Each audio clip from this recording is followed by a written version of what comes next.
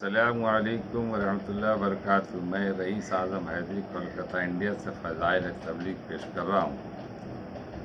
کنتم خیر امت اخرجت للناس تأمرون بالمعروف وتنہون عن المنکر وتؤمنون باللہ۔ تم بہترین امت ہو کہ لوگوں کے نفع رسانی کے لیے نکالے گئے ہو۔ تم لوگ نیک کام کا حکم کرتے اور برے کام سے منع کرتے ہو اور اللہ تعالیٰ پر ایمان رکھتے ہو۔ بیان القرآن و ترجمہ۔ مسلمانوں کا اشرف الناس اور امت محمدیہ کا اشرف الامم ہونا متعدد احادیث میں تصحیح سے وارد ہوا ہے۔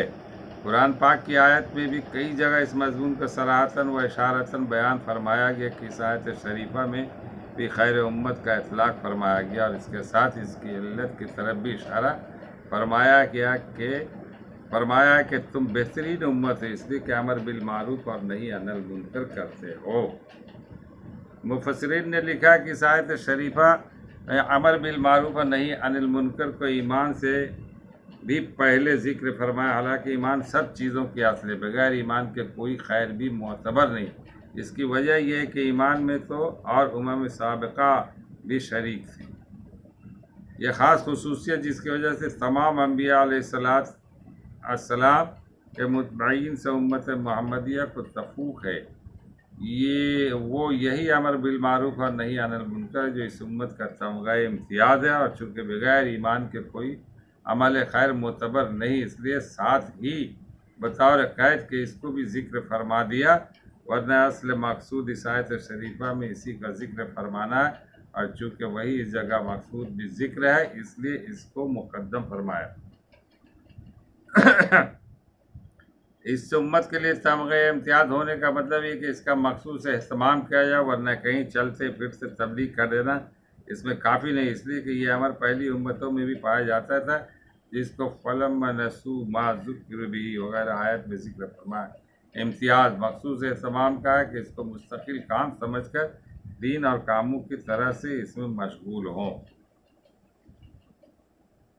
عام لوگوں کے اکثر سرگوشیوں میں خیر و برکت نہیں ہوتی، مگر جو لوگ ایسے ہیں کہ صدقہ خیرات کی یا اور کسی نیک کام کی یا لوگوں میں باہم اصلاح کر دینے کی ترغیب دیتے ہیں اور اس تعلیم و ترغیب کے لیے خفیہ تدبیریں اور مشورے کرتے ہیں، ان کے مشورے میں البتہ خیر و برکت ہے، اور جو شخص یہ کام یعنی نیک اعمال کی ترغیب محض اللہ کی رضا کے واسطے کرے گا، نہ کہ لالچ یا شہرت کی غرض سے، اس کو ہم عنقریب اجر عظیم عطا فرمائیں گے۔ اس آیت میں حق تعالیٰ شان و امر بالمعروف کرنے والوں کے لیے بڑے اجر کا وعدہ فرمایا، اور جس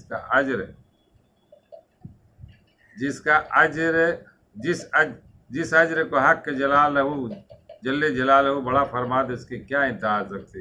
اس آیت شریفہ کی تفسیر میں نبی کریم صلی اللہ علیہ وسلم کا ارشاد مبارک نقل کیا گیا کہ آدمی کا ہر کلام اس پر بار ہے، مگر یہ کہ امر بالمعروف اور نہی عن المنکر ہو یا اللہ کا ذکر ہو۔ دوسری احادیث میں نبی کریم صلی اللہ علیہ وسلم کا ارشاد ہے، کیا میں تم کو ایسی چیز نہ بتاؤں جو نفل نماز روزہ صدقہ سب سے افضل ہو؟ صحابہ نے عرض کیا ضرور، ارشاد فرمائے۔ حضور صلی اللہ علیہ وسلم نے ارشاد فرمایا کہ لوگوں میں مصالحت کرانا، کیونکہ آپس کا بگاڑ نیکیوں کو اس طرح صاف کر دیتا ہے جیسا کہ اس طرح بالوں کو اڑا دیتا ہے، اور بھی بہت سی نصوص میں لوگوں کے درمیان مصالحت کرانے کی تاکید فرمائی گئی ہے۔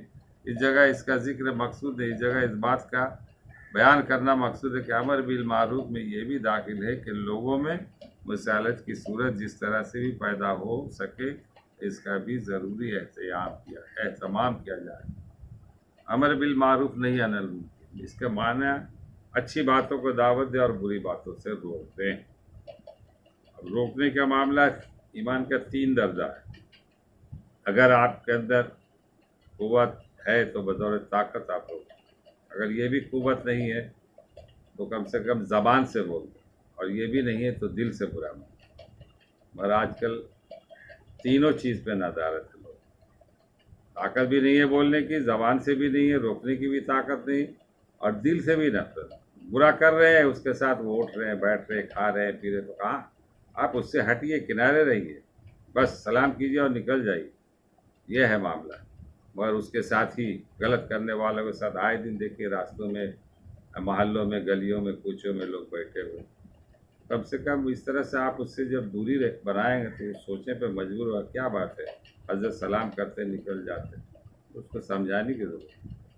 اور جو برائی ہے، جس طرح کا معاشرے میں جو برائی پھیلی ہوئی ہے، اس کو تو آپ دیکھ رہے ہیں، گھر سے لے کے باہر تک، بھارت سے لے کے معاشرے تک، پوری دنیا تک پورے ظلم ہو رہا ہے. ظلم ایک طرح سے مطلب جس کے پاس جو طاقت ہے وہ اپنے طاقت کا مظاہرہ کر رہا اور غریبوں پر، مظلوموں پر ظلم کر رہا.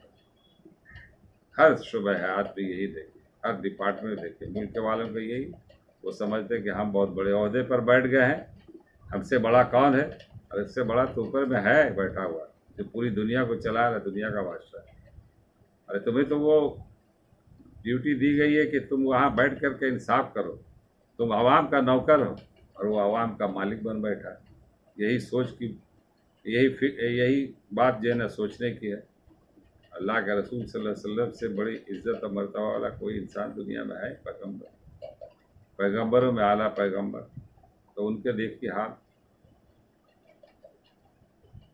کچے مکان میں رہتے تھے، بوریا ان کے جو ہے نر میں بستر نہیں تھا، بوریے پہ سوتے تھے، چھال کو بھر کر کے وہ تکیہ لگاتے تھے. جبکہ اللہ تعالیٰ نے کہا بولیے تو میں وہاں کو سونے کا پہاڑ بنا دوں آپ کے. بولے نہیں، مجھے صرف ایک دن کھاؤں، ایک دن بھوکا رہوں تاکہ آپ کی یاد کرتا رہوں. یہ ہے ہمارے رسول صلی اللہ علیہ وسلم. تو ہم اپنے حضور صلی اللہ علیہ وسلم کا فالوور بنے، ان کے راستے پہ چلے، ان کے طریقے پہ چلے، ان کی سنتوں کو اپنا لیں. سنت ان کی زندگی کے جو بھی جتنے کام انہوں نے کیا وہ دیکھیے کہ ہر محاذ میں کیا کیا. جب بھی کوئی کام کرنی چاہیے تو پہلے ادھر نظر دوڑائیے، بات آپ کو سمجھ میں آ جائے گی کہ ہم جو کر رہے ہیں وہ غلط کر رہے ہیں یا صحیح کر رہے ہیں. اسی کا نام ہے. اور دوسروں کو تبلیغ کرتے رہیے، بتاتے رہیے. اس میں بھی کوئی آپ کے کہنا نجات نہیں ہے. اگر نہیں بتائیں تو آپ اپنے طور پر جتنی عبادت کر لیجیے، اللہ کو پسند نہیں ہے. ایک واقعہ ہے کہ اللہ کے نے اپنے فرشتوں کو بھیجا کہ جاؤ اس بستی کو تباہ کر دو. وہ آئے تو بولے بھائی اس بستی میں تو ایک آپ کا ایسا بندہ ہے جو دن رات آپ کا ذکر کر رہا ہے. حکم ہوا کہ نہیں، اسی جگہ سے الٹ دو اس بستی. تب اللہ تعالیٰ بات سمجھ میں آئی. بولے بتائیے. بولے اس لیے کہا کہ وہ بے شک میرا بندہ تھا، برگزیدہ بندہ، دن رات میرا ذکر کرتا تھا، اس میں دو رائے نہیں میری. مگر ایسی عبادت مجھے پسند نہیں جو حجرے کے اندر بند کر کے اپنے لیے کرے. اگر وہ نکل کر کے لوگوں کو تبلیغ کرتے، امر بالمعروف کرتے تو پوری بستی والے میرے نام لے لے. وہ اپنے فائدے کے لیے مجھے ایسی عبادت ہے، نتیجہ اس کے پاداش میں اس بستی کو لڑ دیں گے. آپ کو بتائیے، ہم لوگ تو سوچ رہے کہ بس ہمارے پاس عہدہ مل گیا، ہمارے پاس سروس ہے، ہمارے پاس دولت ہے، ہمیں کیا ضرورت ہے کسی کو بولنے کی. سب حساب لے لیا جائے گا. کہاں پڑے ہوئے ہیں؟ اب جو کہہ رہے ہیں وہ بھی، جو کر رہے ہیں وہ بھی بہت بڑے بنتے ہیں نا، دانشور، عالم، فاضل، بہت اپنے آپ کو سمجھتے کہ بہت اعلیٰ. اللہ تعالیٰ ہم لوگوں کو عمل کرنے کی توفیق عطا فرمائے. السلام علیکم.